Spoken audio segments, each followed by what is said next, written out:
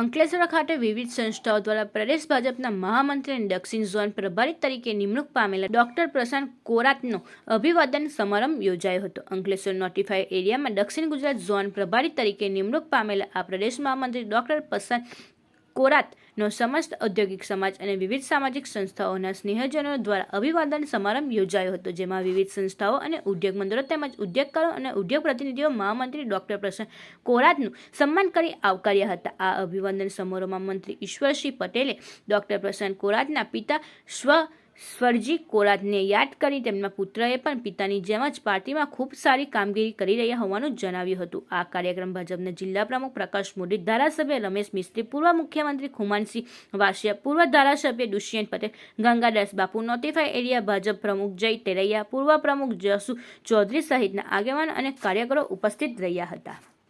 ટૂંકો ગાળો અંકલેશ્વરમાં નીકળ્યા ઉદ્યોગ નગરી એ જ છે. આજે તમારો અભિવાદન સમારોહ યોજાયો, શું કહેશો? ભારતીય જનતા પાર્ટીના પ્રદેશ અધ્યક્ષ આદરણીય શ્રી જગદીશભાઈ વિશ્વકર્માજીએ મને એમની ટીમમાં જ્યારે મહામંત્રીની જવાબદારી સોંપી છે, ખાસ કરીને દક્ષિણ ઝોનના પ્રભારીની વિશેષ જવાબદારી સોંપી છે, ત્યારે ભરૂચને સંલગ્ન મહારાષ્ટ્ર બોર્ડર સુધી જે 8 જિલ્લા મહાનગર આવે છે એની અંદર સ્વાભાવિક છે કે મારો પ્રવાસ હોય અને અંકલેશ્વરની અંદર જીવનમાં મેં અહીંયા 2 વર્ષ અહીંયા મારું ભણતર થયું છે, ત્યારે અંકલેશ્વરના ઘણા મિત્રો સાથે પરિચય છે. સાથે મારા સ્વર્ગસ્થ પિતાશ્રી સુરજીભાઈ કોરાટ એમનો પણ અહીંના અમારા એસોસિએશનના પૂર્વ પ્રમુખ નાવડિયા કાકા એની સાથે બધા સાથે સામાજિક સંબંધ. ખાસ કરીને અંકલેશ્વરમાં સૌરાષ્ટ્રમાંથી ઘણા લોકો માઇગ્રેટ થઈને અહીંયા ધંધા રોજગાર માટે આવ્યા છે, ઉદ્યોગ માટે આવ્યા છે. તો સૌરાષ્ટ્રના પણ ઘણા લોકો છે. આ બધા જ ઔદ્યોગિક સમૂહ, સામાજિક સંગઠનોએ આજે સવિશેષ મારા અભિવાદન સમારોહનું આયોજન કર્યું છે. અંકલેશ્વર સાથે ઘણો જૂનો સંબંધ છે, ત્યારે બધાએ આજે સાથે મળીને એક અભિવાદન સમારોહનું આયોજન કર્યું હતું. ભારતીય જનતા પાર્ટી એક મારા જેવા નાના કાર્યકર્તાને આવડી મોટી જવાબદારી મળી હોય ત્યારે અંકલેશ્વરની અંદર પણ જે લોકો સાથે સંબંધ હોય એ બધા લોકોને પણ ખૂબ આનંદ થયો હોય, ઉત્સાહ વધ્યો એમને પણ. અને ખાસ કરીને એમની વચ્ચે જ્યારે નાનપણથી અહીંયા સુધી પહોંચ્યો હોય ત્યારે એમને પણ આજે ખૂબ મારા પ્રત્યે લાગણી હોય, ત્યારે અહીંયાના જિલ્લાના મારા અધ્યક્ષ આદરણીય શ્રી પ્રકાશભાઈ અને સાથે આ વિસ્તારના લોકપ્રિય ધારાસભ્ય આદરણીય શ્રી ઈશ્વરભાઈ પટેલ એમનું પણ આજે અભિવાદન થયું છે. અને આ જિલ્લાના ધારાસભ્યો અને અમારા પૂર્વ પાર્ટીના મહામંત્રી ભરતસિંહભાઈ ઉપસ્થિત હતા.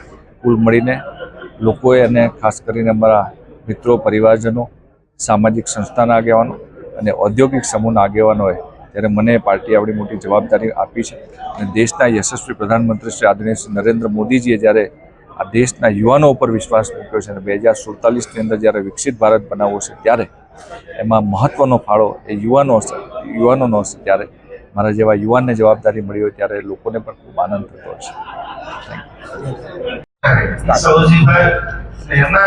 ભારતીય જનતા પાર્ટીના પ્રદેશના મહામંત્રી આદરણીય શ્રી પ્રશાંતભાઈ કોરાત એ અમારા ભરૂચ જિલ્લાના મુલાકાત જ્યારે આવ્યા છે ત્યારે આજે આ સૌપ્રથમ પહેલી મુલાકાત થઈ રહી છે. અને અહીંયા અંકલેશ્વર ખાતે એમના પિતાશ્રી સ્વર્ગસ્થ સૌજીભાઈ કોરાત કે જેઓ પણ આ ગુજરાતના મંત્રી તરીકે મંત્રીમંડળની હતા અને ખૂબ સારી કામગીરી કરી, તેમના પગલે જ પ્રશાંતભાઈ પણ કામગીરી કરી રહ્યા છે. ત્યારે યુવા મોરચાના પ્રદેશના અધ્યક્ષ તરીકે પણ ખૂબ સારી કામગીરી એમની હતી.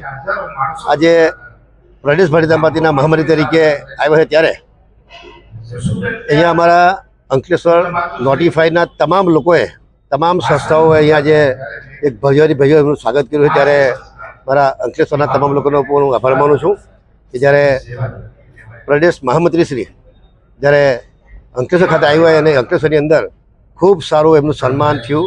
ત્યારે હું તમામ અંકલેશ્વર નોટિફાઈડના તમામ વિસ્તારના અને તમામ પાંધોલી, અંકલેશ્વર, ઝઘડિયા એસોસિએશનના પ્રમુખશ્રીઓને પણ હું આભાર વ્યક્ત કરું કે જેમણે ખૂબ સારું અહીંયા એ કર્યું છે. આવનારા દિવસોમાં